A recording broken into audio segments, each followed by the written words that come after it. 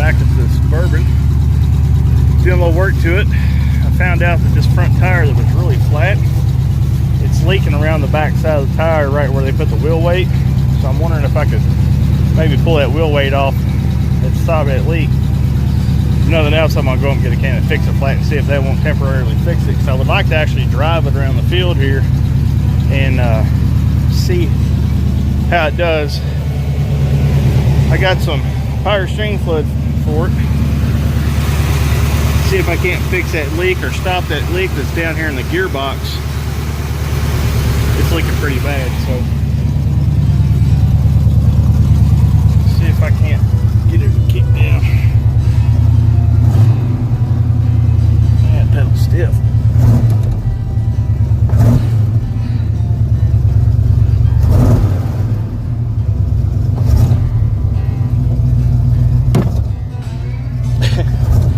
Nothing feels, just hit it real hard. They kick down a little bit. Maybe it's still warming up.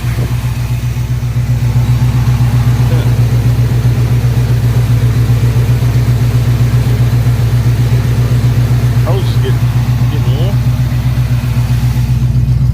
I guess I should have videoed or looked at the temperature gauge before I started. Okay, temp.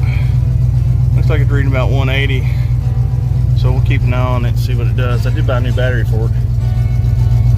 Not a really good one. I got it at Rural King. It's a, what is it? 530 co-cranking amp.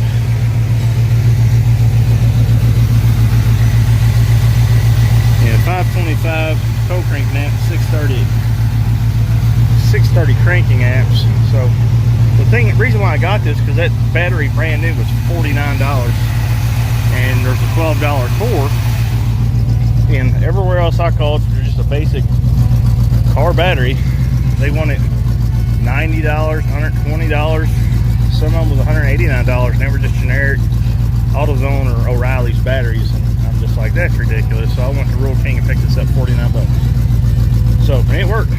And the rule about your cranking amps or co-cranking amps, I think you want to have at least,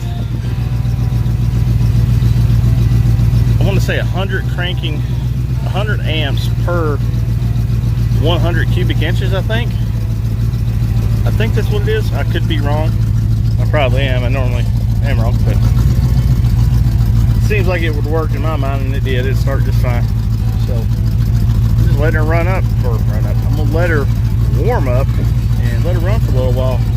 So it didn't really do anything last time I was here. But yeah, as soon as I started to let the jack down on that tire, I can see the air bubbles coming out right at the bead. So maybe the back of that wheel's bent, maybe it's not. So I'm gonna try to see if I can't fix it. Well, here we go. Made its first maiden voyage about 40 feet. I backed it up, I backed it up and backed it back into the spot where I could have the front end facing forward.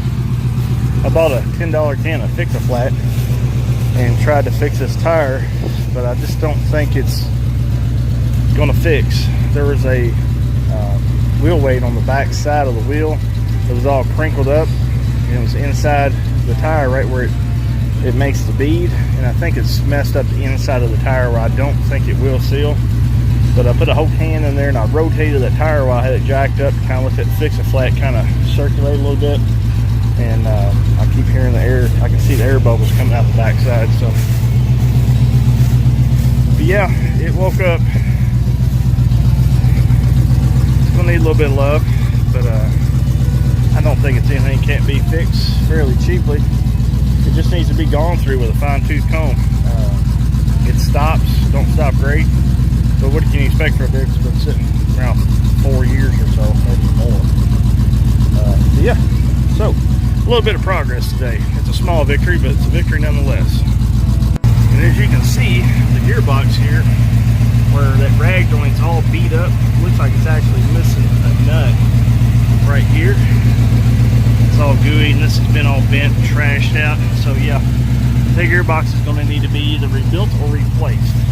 Rebuild kits are like $12.99 to $24.99, and gearboxes can be anywhere from, I think I've seen them for $99 all the way up to $250 with a $100 cord. So, with that said, woo, yeah.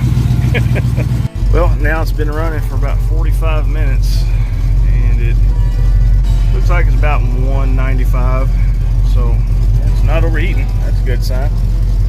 I don't see anything leaking as far as, you know, the motor wise for fuel leaks. I don't see the valve covers leaking. I don't even hear any exhaust leaks, which is really strange with a small block Chevrolet with headers on it. Normally those damn things leak as soon as you put them on.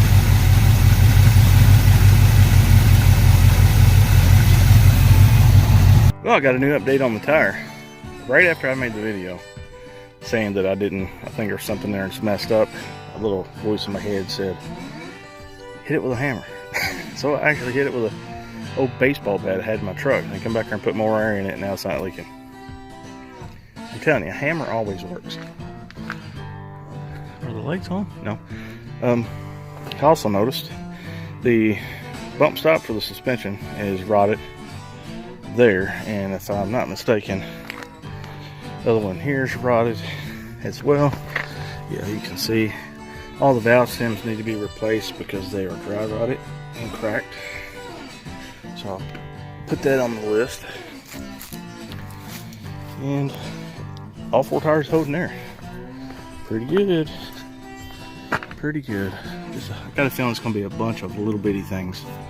Not necessarily really expensive fixes, but just a large accumulation of little things. So looky. Looks like I've got, I'm going to guess and say, a brake fitting loose, or a brake fitting has a pinhole in it. I don't think it's a wheel cylinder because I don't see it actually leaking out of the brake drum. This one over here looks nice and dry. So I'll have to take that wheel off, do a little inspection, see what's going on. Yeah, I got it moved over here to some asphalt, as the Brits say. Asphalt. So yeah, I don't see any other wheels leaking anything, so it's a good sign. Okay, next on the agenda, fix one leaky brake line or wheel cylinder.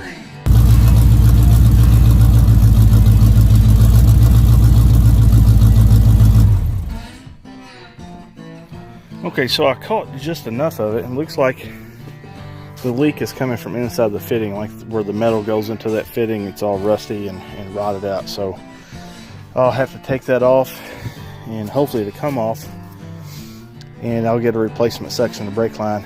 And what I'm going to do now is get some PB Blaster, and I'm going to soak all those brake fittings.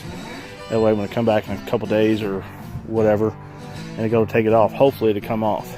But knowing my luck with brake lines being rusty, I end up having to just replace the whole wheel cylinder and everything because I can't get it out. So I hate doing drum brakes, and I hate replacing wheel cylinders. It's not really hard, but it's usually just a pain in the ass.